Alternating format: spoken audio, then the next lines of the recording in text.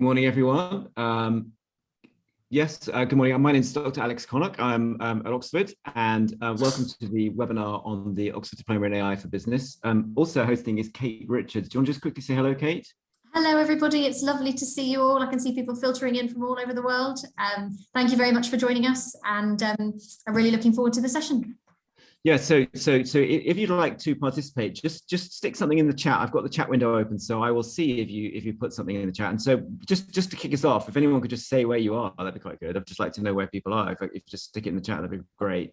What I'm going to do is I'm going to talk you through a little bit about the course that we're running, and also, much more important, introduce you to 6 people who are on the course this year who've done the 2021 iteration of the course. And actually, we've had 2 iterations in 2021. So these guys started in roughly January, February of 2021, and we've actually had another lot start in the autumn. And this would be the 3rd iteration into 2022. So we've got people in Finland, Amsterdam, Jersey. Actually, it's good. We've got someone from Jersey. We've got Don's from Jersey, one of our current people on the course. Germany, Colombia, fantastic, brilliant. Okay, we'll look forward to hearing from everybody. And do feel free to jump in. I've got a few slides. I'm going to show them, and then I'm going to come out of the slides and just go to a sea of faces. But I just wanted to give you a few basics first of all. So what are we talking about today? Diploma in AI for Business is what we're talking about, which is a master's level qualification for experienced professionals with at least 5 years of experience. And it takes place across the year in 4 very, very, very intensive blocks of 1 week at Oxford.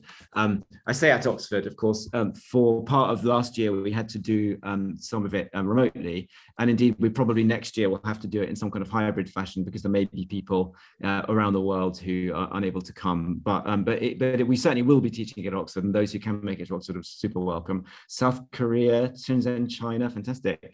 It's taught by a sort of combination, really, of Oxford academics and then visiting lecturers and industry guests. And we try to keep that mix going, because that enables us to get the best of both worlds, frankly.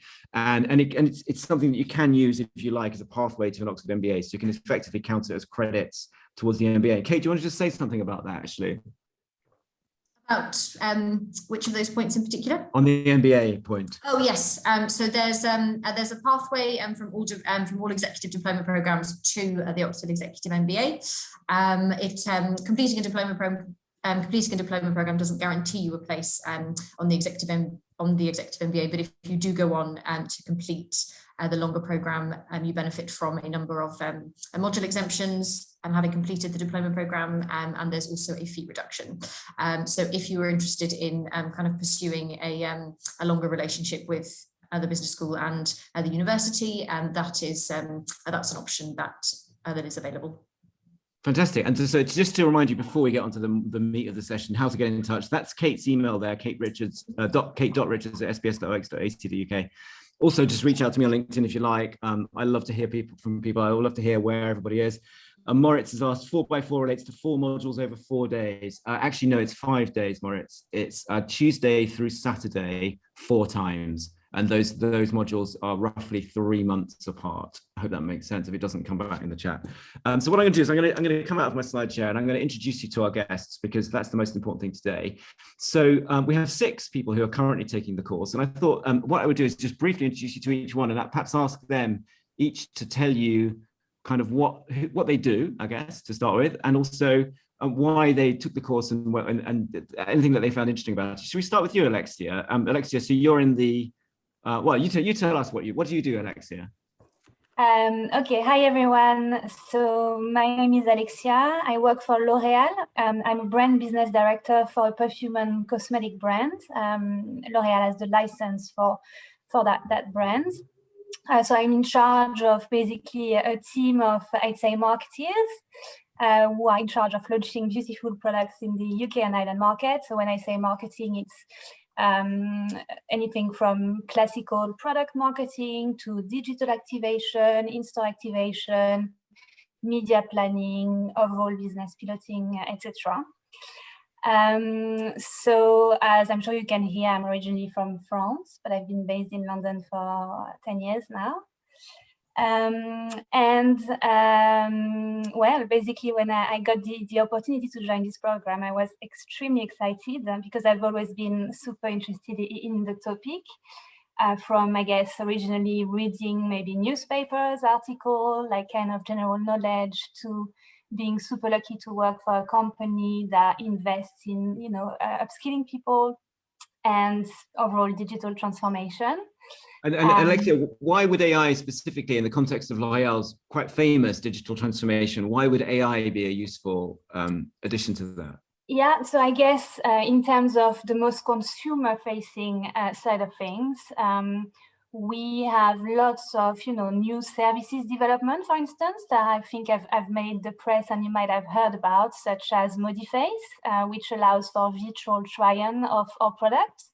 So think, for instance, of virtually trying a lipstick on your phone, which has, of course, taken off significantly during the last year for obvious reasons of physical point of sales being closed. But of course, it was already on the journey and on the path way before that for our company. So that's one example. And then there are lots of projects that are less consumer facing, but have a huge value in terms of, smart forecasting, kind of demand planning, P&L management. So it's a lot about data and what we do with those loads of data that a company such as L'Oréal has.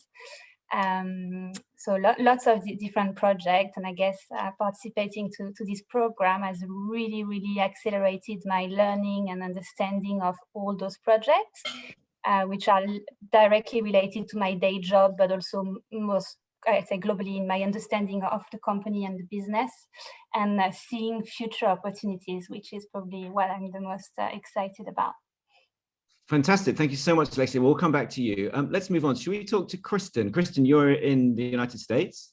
What time is it there? Very early. Thank you so much for joining us so early. It's 6:25, but I think my Chicago friend on the line is even the earlier bird. But yeah. Good morning, everybody. Good day. I'm Kristen Jilks. I'm with a Big Four consulting firm. Alex can say who I'm with. I can't.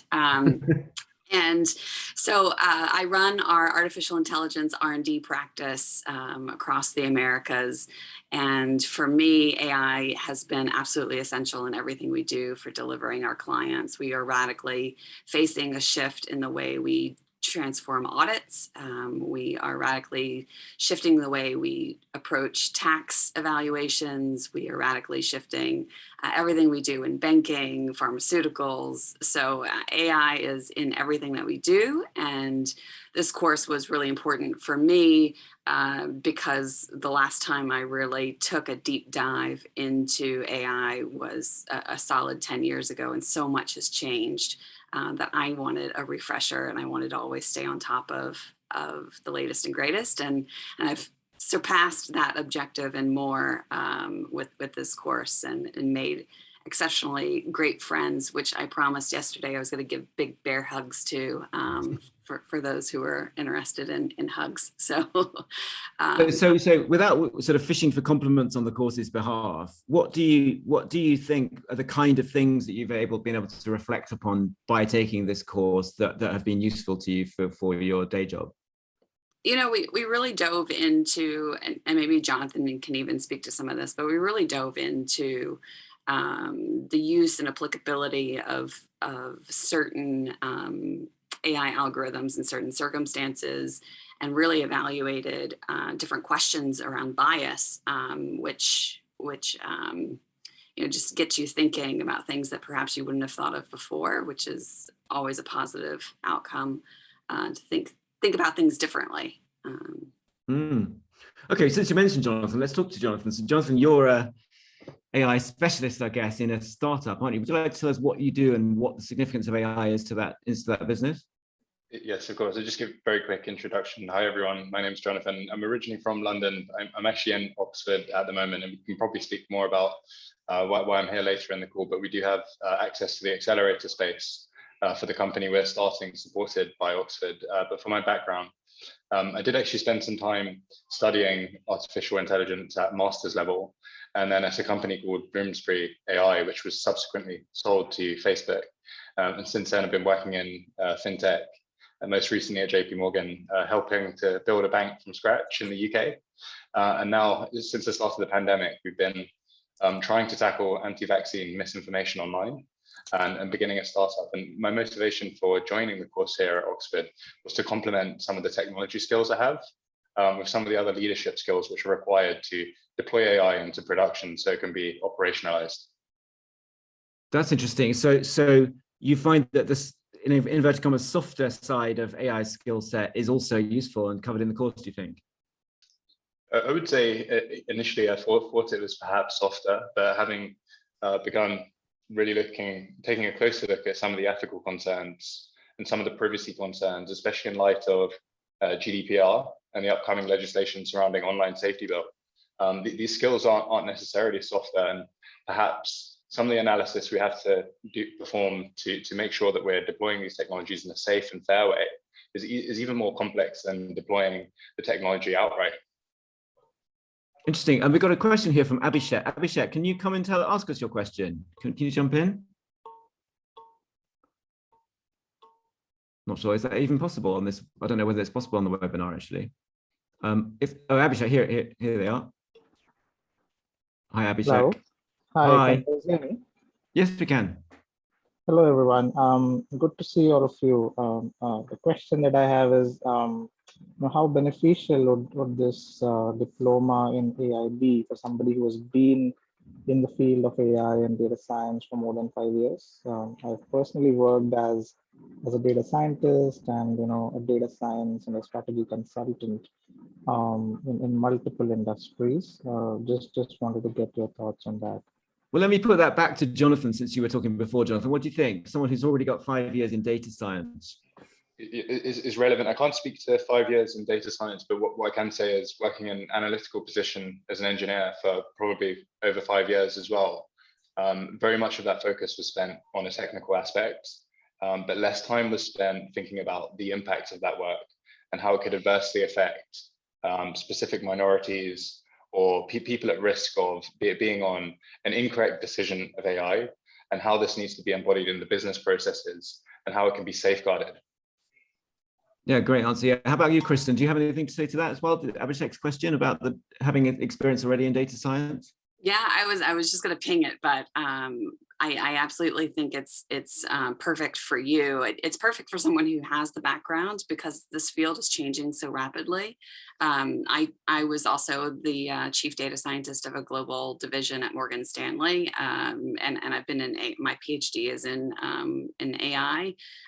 So I'm like you. I've got a solid background in it, but again, the field is changing. There's so much discussion around how we can do it better, how we can do it more ethically. I know I've touched on that a few times. The course is more about just ethics, but I've learned something. In fact, I think I said after the first module in and of itself that there were things around sampling and modeling and things that I just hadn't thought of, and got more out of that than probably any of the other learning kind of opportunities that I was trying to do in the last 5 years. So.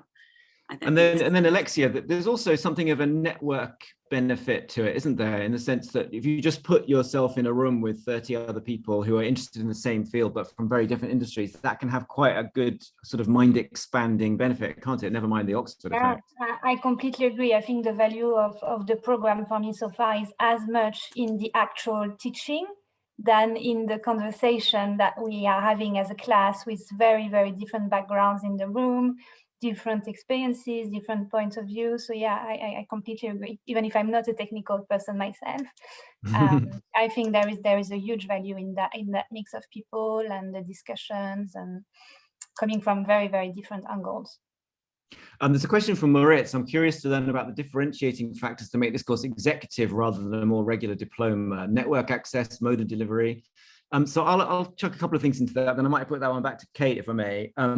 I think that the quality and experience of the people on the course is probably, in my mind, what would make it definable as an executive course rather than a regular diploma course.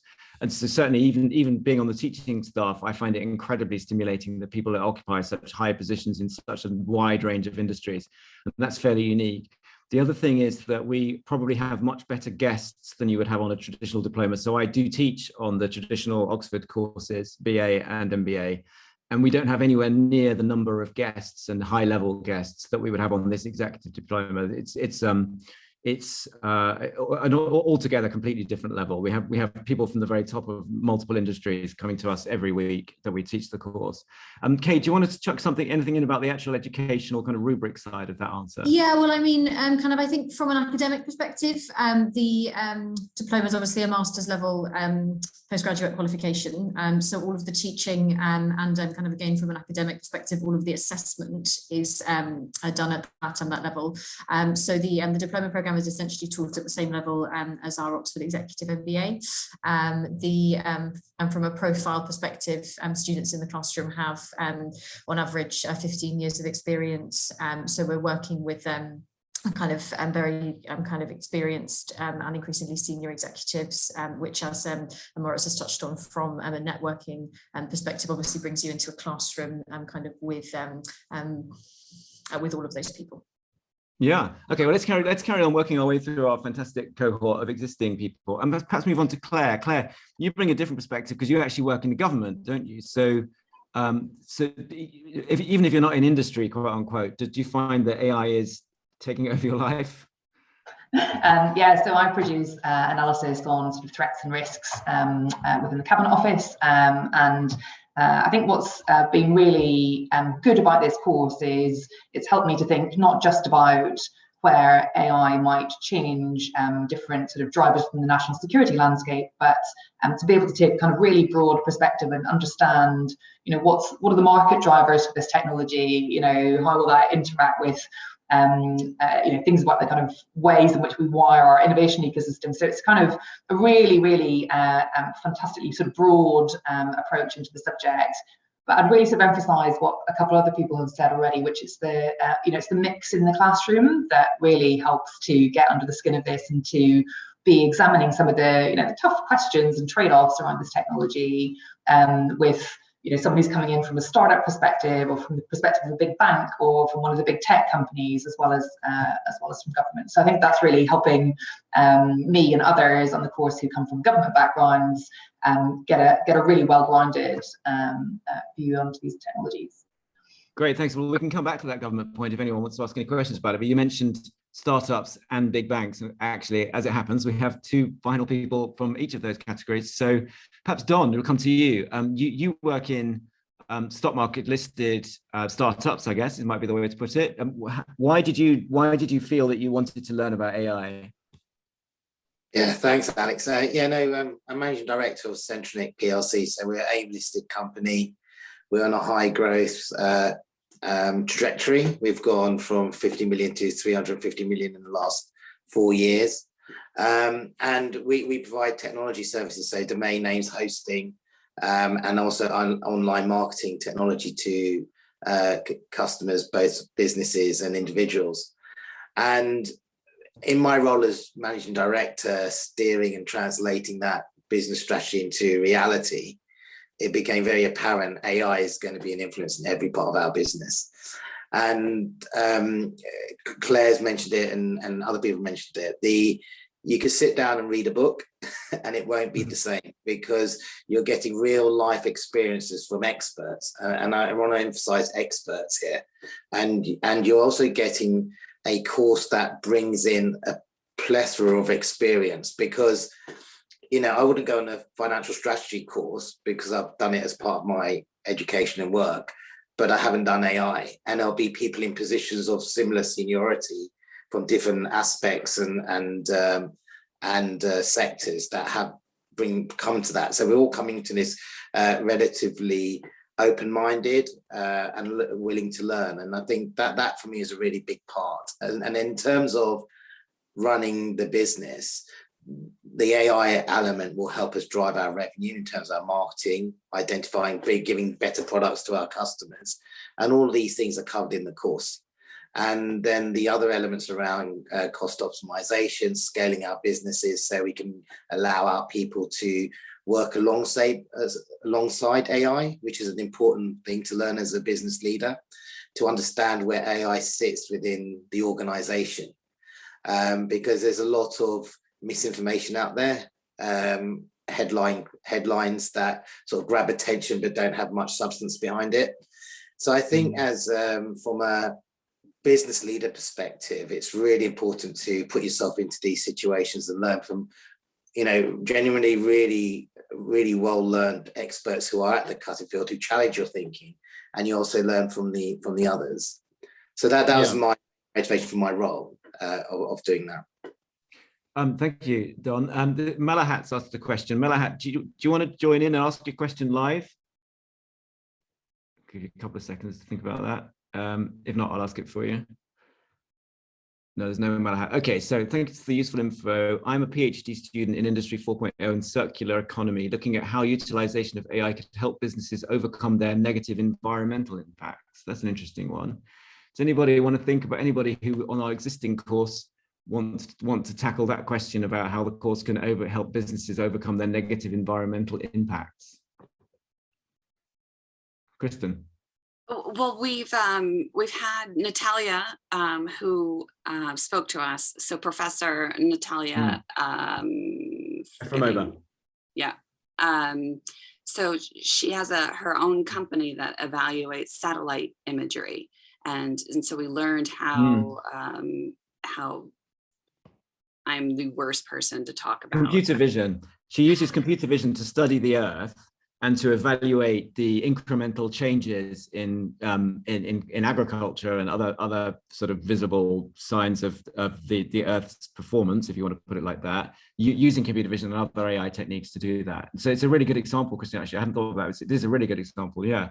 But I suppose that's a specific, on a general level. Absolutely, the AI tools that you would hopefully become versatile, in across the course, would many of them be applicable to climatology, which is, of course, with us and with every business. I'm conscious that we haven't come to Albert yet, but just before we do, question from Shriram. Will the executive diploma provide a similar level of access to Oxford resources and network comparable to programs such as MBA from Oxford Said, or will there be any restrictions?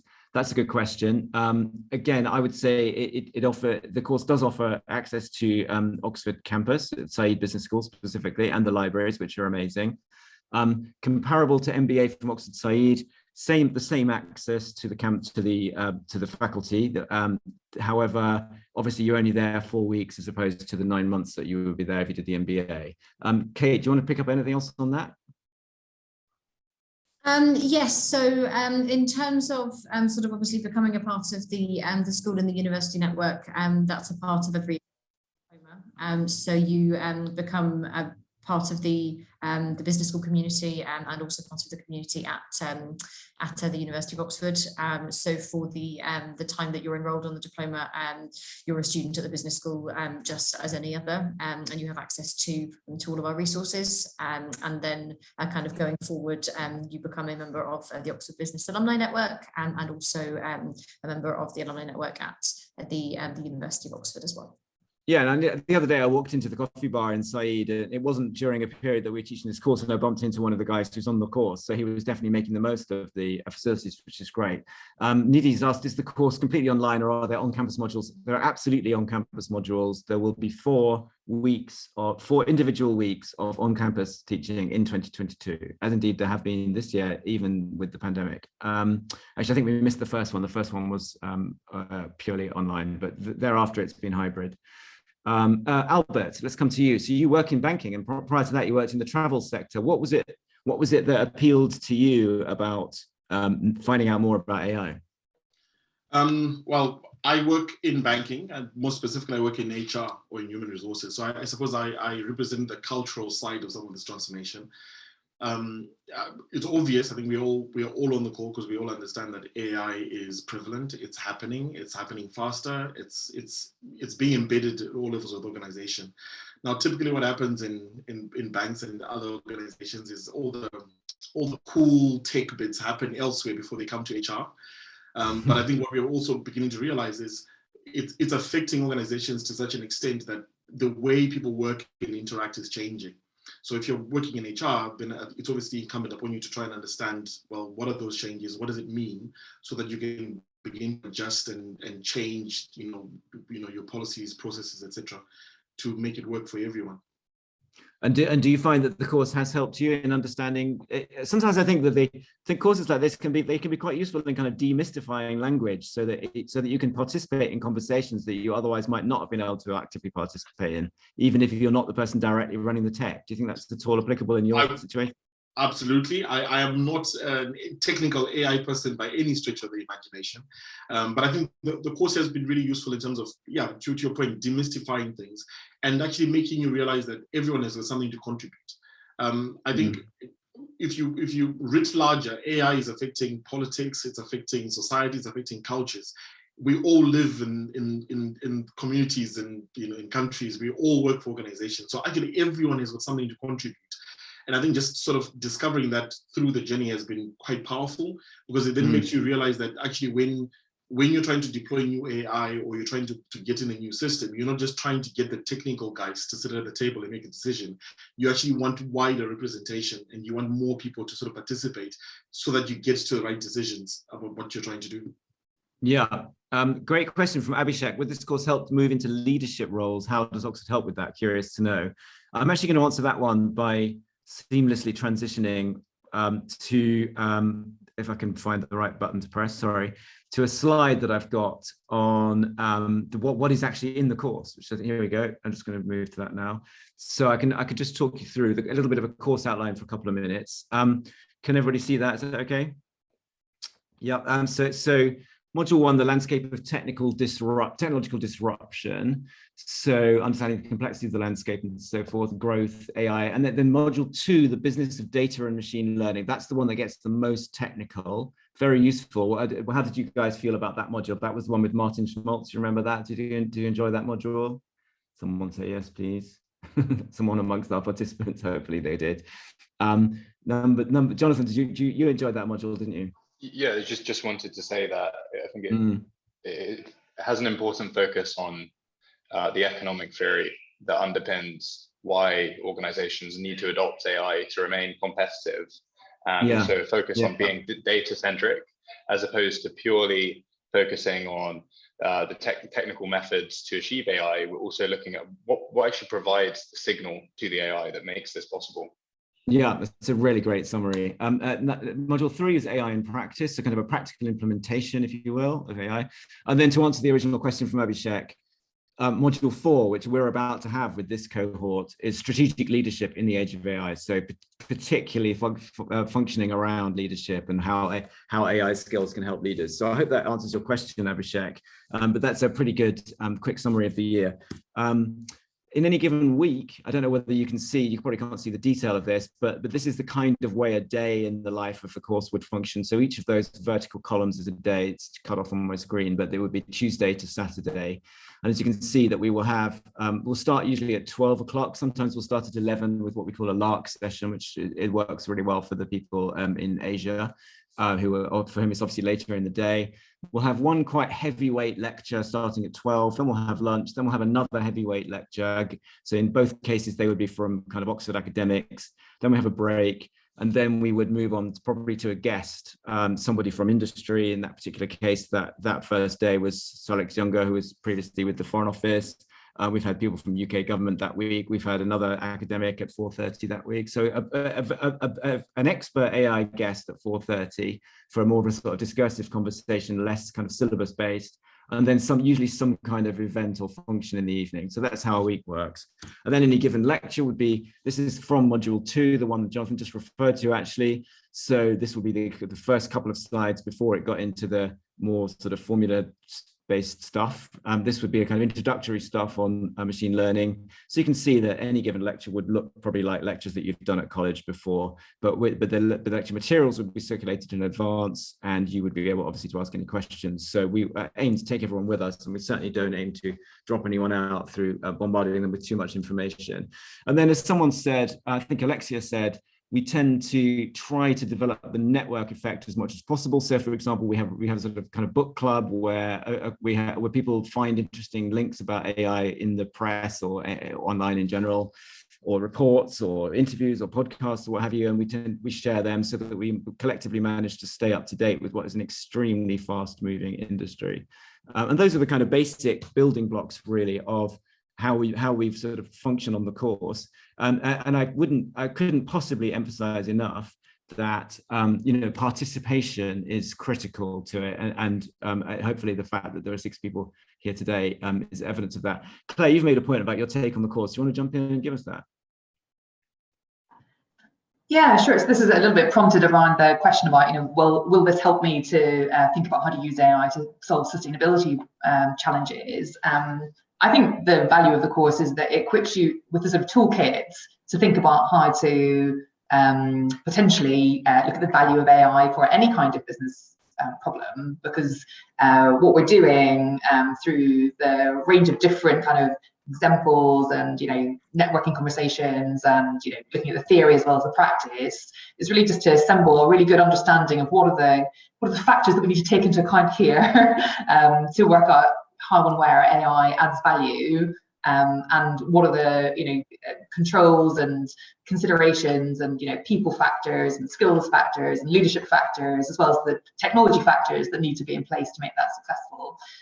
So I think that's kind of a really sort of adaptable toolkit to a whole range of different things that we on the course are trying to solve. And it's kind of proven by the fact whenever we get our assignments, which we haven't talked about yet, but are of course part of the course as well, you can ask the same question really of each person, despite the fact that some are working in a small startup versus in a big bank versus in government, and it's there's equally applicable learning for all of those situations, I think. Yeah, actually, and brilliantly, just as you said the word assignment, Damien asked a question: do you have exams after every module on premise not mentioned in your planning? Actually, no is the answer to that, Damien. What we do have is assignments, which are take-home assignments to be done in a specific week, and that week will usually fall about a month after the module, the particular module is completed. So you take a module, mostly in Oxford, go away for a month, and then you will get given an assignment. And I think it would be fair to say that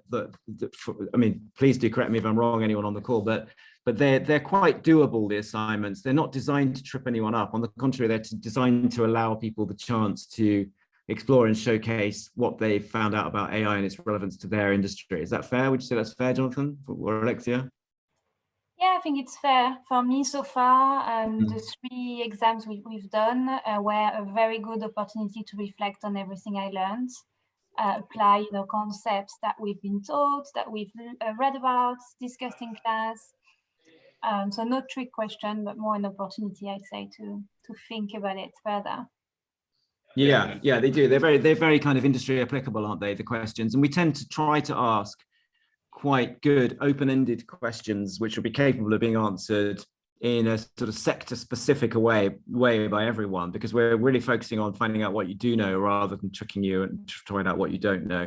So it's the very opposite of Oxford exams when I was an undergraduate, where they would get you in a hall and make you wear a gown and then try and catch you out, essentially. It's really not like that. There is no, from my experience of doing exams when I was younger, the difference as well is it's not about a specific answer is expected, but you have an open-ended question, as you just said, Alex, and you have to apply it to an industry of your choice, which is very likely to be the company you work for, but doesn't have to be. So my paper will be very different to Jonathan's and Claire, and we all have the opportunity to reflect on like what we've learned and also the work we do on a day-to-day basis, which I quite enjoyed so far. And I'd say reassure you, Damien, that I've done the admissions and the marking on some of the exams, and we've yet to have anyone fail on any module. And that's not because we've let people off lightly, it's because they've just delivered. And that's probably because we put the right filtration at the top to make sure that we had people on the course who had the right combination of industry knowledge and basic academic experience. So I think that you should be reassured that if we were to accept someone onto a course, it would be because we felt that they had the right background to not fail at the exams and indeed to thrive in them. Question from Arifine. Just to add to that on the previous point, I think one of the unique things about the assessment strategy here is that you're able to answer from the perspective of your chosen organization. So if you're able to apply the learnings directly to influence strategy in the place that you're training skills for, or in our perspective, from the perspective of customers who may be purchasing AI solutions from us. So it's directly actionable. Arafine's asked a question about AI and AR and VR. And that's my personal love, by the way, because I come from the entertainment industry. And the answer is yes, we've had multiple sessions which have looked at that from different perspectives, including the entertainment industry. This week, it's funny enough, we're about to have a session on the use of AI in the video games creation industry. We've got an interviewee who's the head of AI at Riot Games in California. So yes, we're super interested in that field, absolutely. Question from Shiram, with the field of AI evolving rapidly, some of the knowledge in AI comes with an expiration date. How does the program lend itself to getting in lifelong learning? E.g. Executive MBA provides an option to have a lifelong elective learning. I'll take the first bit of that.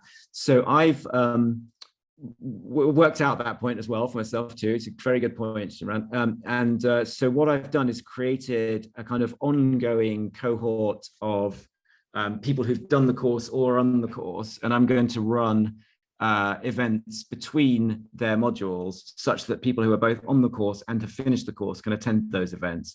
So we've called it the Oxford AI Project.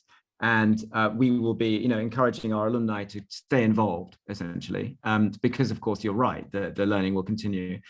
Kate, from a more formal perspective, does this program differ in any way from the Exec MBA in terms of lifelong elective learning?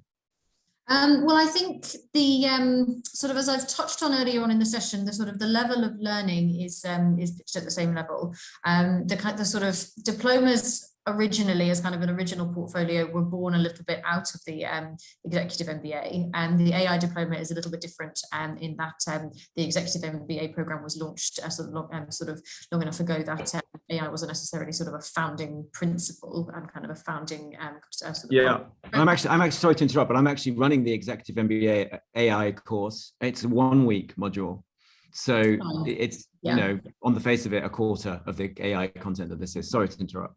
No, that's fine. But I mean, I think as well, something that that is covered as part of this program is sort of starting to look into the future and to think about kind of how technology is going to develop. And I think, somebody from the panel might want to step in on this, I don't know, but there's also sort of an idea of thinking about future-proofing what you're doing as well. So thinking about kind of how something exists at the moment, what you need at the moment, but also, how that system is going to need to develop, how those structures are going to need to develop, and so sort of, kind of psychologically as well as practically building that into the thinking that you're doing around these systems and around these kind of processes. I'm sure Emma's point is a really good one. I think, AI is extremely rapidly evolving, and things do change.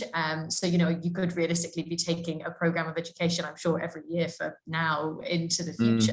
Well, I think that we've tried to build into the course structure enough of the philosophy of the subject for that to be translatable across multiple years, rather than just focusing on this week's software du jour or what have you. If you see what I mean. And I think that's from kind of a senior perspective, I think that's a benefit of it not being a fundamentally technical program as well, because the technology is quite often the first thing to be superseded, and if you're working from a strategic and from a business management, from a leadership perspective, the psychology and the philosophy is the stuff that will take you kind of forward, kind of regardless of that, and throughout those kind of additional processes of change and transition. So Claire, well, you're in government. They say AI is the new electricity. In meaning that it's applicable to all facets of life and all facets of the government. How do you approach the future-proofing of what you're doing from an AI perspective?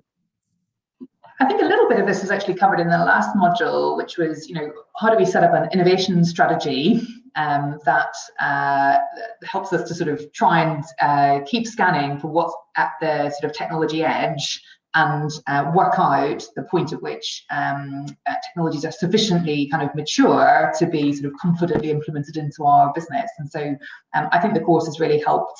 I used to run R&D programs that really to think about, okay, what does this mean in the AI context, and how do I think about this, not just in terms of, the the tech, but also how mature are the other things that will need to be in place to enable that tech to be implemented well. So how clear are we around the kind of governance and compliance regimes about where we use AI?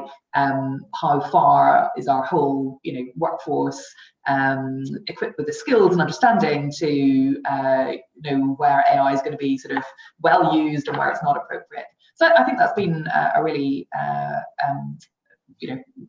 really good bit of the core. I think it's well covered, and that's less about personal learning and more about how you think about building an organizational sort of learning capacity on AI. Yeah, so Nidhi's asked the question, does the course cover only AI? I guess you mean only kind of pure AI, as it were, or does it cover management of AI projects from design to execution? Well, this afternoon I've got a meeting with the head of AI at BT, British Telecom, and he's going to join next week to talk about how they've taken AI projects right through a life cycle, if you will. We've had people from medical technology companies talking similarly. So yes, we do definitely focus on implementation and management of AI projects from design to execution. Hope that helps. Dawn, when you go forth into your entrepreneurial stock market listed sort of gaming tech world, what do you think you'll take away from this course that would be helpful to you in that? I think having those meaningful conversations with people from the data and AI side, one side of it, during this course, I've actually hired a head of data science. So being able to sit there and interview with a credible knowledge, to have a credible understanding of what they do, it was one part. The other bit to take forward is how you bring it into the business in a sympathetic way to people, because having that understanding that AI can be scary to people, and you don't want to disenfranchise your workforce. You want to help them grow and move it. So how to not only select, but how to execute it in the appropriate way. The augmentation of AI is a big part of this in the course, of how we use it alongside human skill sets and how to empower employees and actually the business itself, and also look at it from a customer perspective and to be respectful of the customer and how you use AI. So all these things that are very based on technical principles, but then taken further into how they actually interact with the different stakeholders is a real course. And it's sorry to interrupt, but you've actually brilliantly answered Abhishek's question, which was how do you navigate the kind of internal bridges between the business strategy teams and the AI teams. And I actually think this course is probably designed, perhaps inadvertently, but designed to help with that, in the sense that you can learn the language of the data science people and the AI people, such that you, even from a sort of broad management perspective, you would be able to have a meaningful conversation with them. Absolutely. And I think that is very true. And I think the depth we go into the technical side of the course was enough for me, but enough for me to have a sensible conversation. But I think people shouldn't underestimate the reading around the course that you have to do as well. And it's not a chore. It's actually makes everything easier, and you get more from the course. So the reading material that's given with the course it's not hugely extensive, but it's deep enough to make you come into the course able to have proper conversations and take away more and build on what you've learned in the lectures, which I think is an important part of it. So the whole structure of the course adds to all that, the takeaways as you've asked. Perfect. Okay. Well, let's go once more around the room finally to wrap it all up. If anyone has any further questions, just let us know. But just let me ask the same question to everyone. Sort of what will you take away from the course that you feel might be useful to you in your chosen field? Start perhaps with you, Kristen.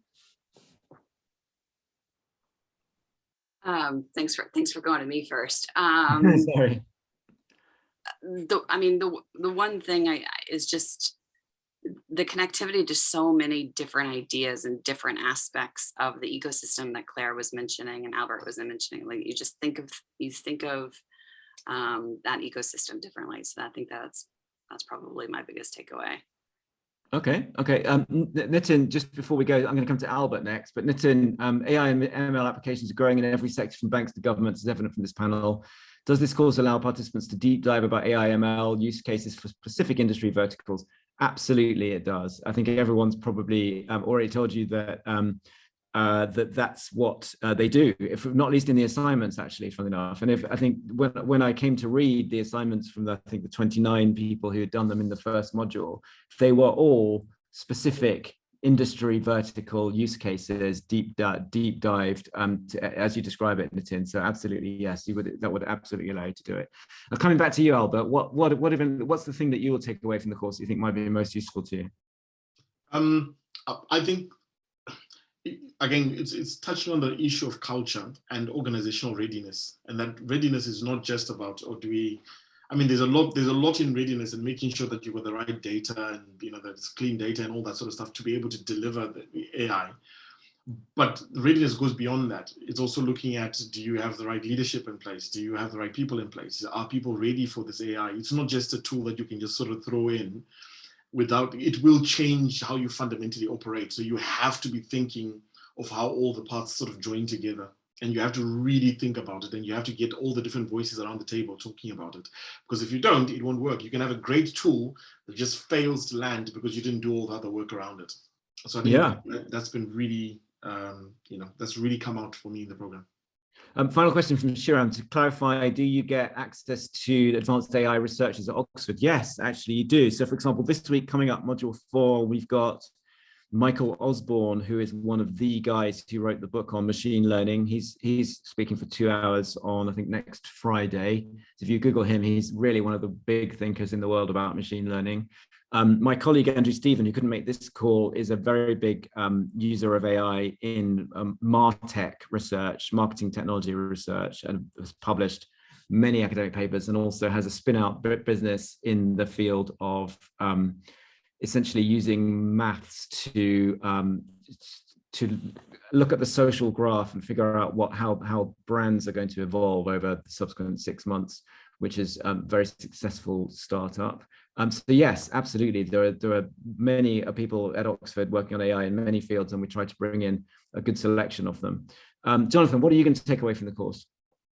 I think there's a great question from the audience about trying to gain a lifelong learning and how to avoid an expiration date. And I think a lot of the advancements we've seen in technology, particularly around classifiers, are relatively incremental. And one of the first things we covered on the course is, why is that evolution happening?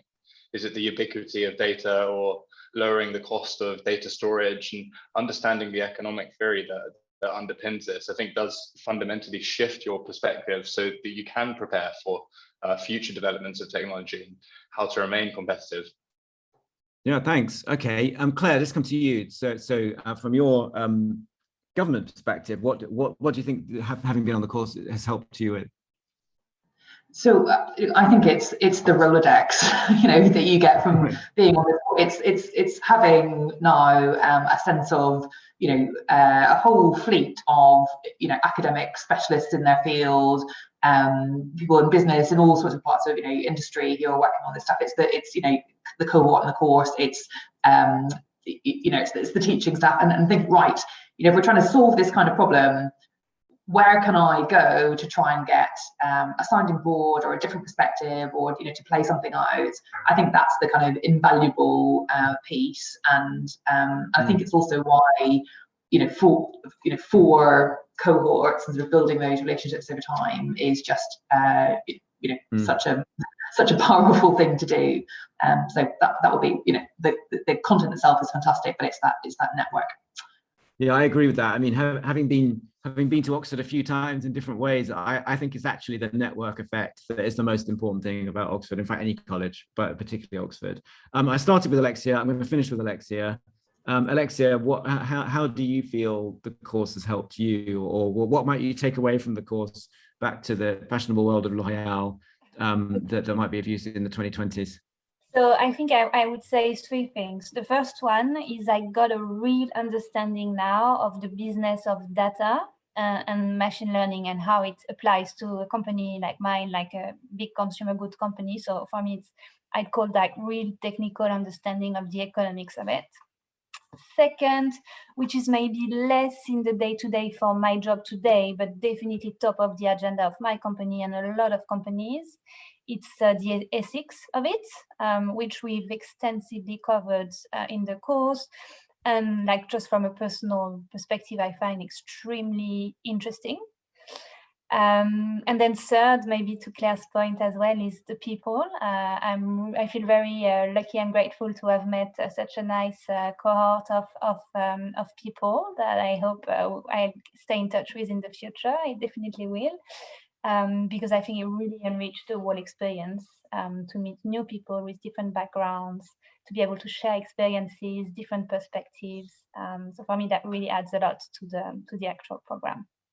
Great, thank you. Nidhi, your question on data governance, yes, that does come up a lot, comes up in every module. We don't have a specific class on sort of where we go through the acronyms one by one, but we do almost every class that we teach at some level features data governance because it's so fundamental to the ethics of AI and the practicalities of AI in general. So absolutely, yes, we do. Kate, did you have any final sort of procedural points you wanted to mention to people before we wrap it up? Just to say that kind of, as ever, I am ready and waiting to hear from anybody who is interested in the programme. I know there are some people on the call who have started an application already. So if anybody is kind of working towards submitting, we have an application deadline that's coming up on the 6th of December. So that's a good one to aim for. But obviously, if you'd like to learn any more, if you have any questions, I am always available. My email address is here, but also feel free to reach out on LinkedIn as well if that would be helpful. I'd just like to say a really big thank you again to our panelists as well, and to Alex for joining us, as they've kind of, I think, all touched on our final module for the diploma program this year is taking place next week. So I'm really looking forward to seeing everybody back at the business school, and then we'll be full steam ahead then for a launch again in February. Brilliant. Just before we get, so I want to thank everybody for, especially our current cohort, for being so kind and participating. Don has got his hand raised. Do you want to say the closing point, Don? It better be good. Where's Don? Is he gone? I think you're on mute. Yes. Oh. Just need to ask him. Can't hear Don. Oh, well, we've lost Don. I'm sorry about that. Don't know what's happened to him. So I'm going to say goodbye on behalf of everybody. Thank you to all our guests. Thank you above all to the people who around the world who've taken time out to join in. I can see the questions are still coming, but we have to wrap it up. So do feel free to. Oh, what's happened? Oh, yeah. Sorry, Don. Go ahead. No, I was just going to say that on this course, that as an individually, you often question whether it's you got the time to do it. And for me personally, everything the cohort has said about the takeaways, I think one of the biggest things is coming to Oxford and being challenged again for after a while, coming back to study. And to be able to think critically and be challenged by not only by the professors, but by your cohort, that actually takes into the other bits of your workplace as well. So you start thinking critically and you don't just take things for granted. And I think that for me has been a takeaway, which I think is sometimes not really recognised, as that taking the time to do these courses for yourself. Yeah, I think that's a really good point. I often, when I go to these classes, I always think, God, I just want to be doing a course all the time. It's like, yeah. And it looks like we've had some really nice feedback in the chat. So thank you very much to all the participants for that. Again, do get in touch if you need to. Thanks again to Alexia, Jonathan, Claire, Albert, Kristen, and Don. Thanks, Kate. And we look forward to seeing some of you in 2022. Thank you.